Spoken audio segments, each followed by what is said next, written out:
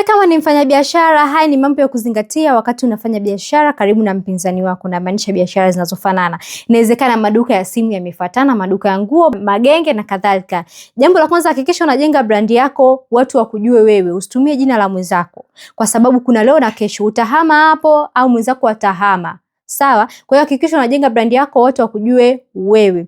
Namba 2, hakikisha humpotezi mteja kwa namna yoyote ile. Hakikisha mteja anapoingia dukani kwako anafurahia biashara yako, anafurahia huduma yako na anakukumbuka. Yani mteja hakikisha anakuweka akilini mwake, hakusahau, kwa kumpa customer care nzuri, kwa kumpa bonus na kumfanya mteja kuwa rafiki.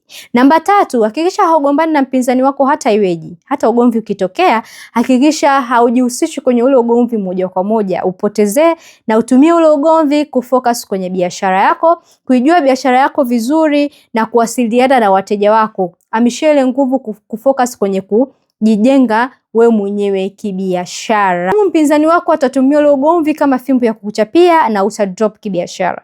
This is Lilian, karibu sana kwenye series ya biashara, na mimi pia ni mfanya biashara mwenzako. Nipo hapa kukupa mbinu za kibiashara zaidi.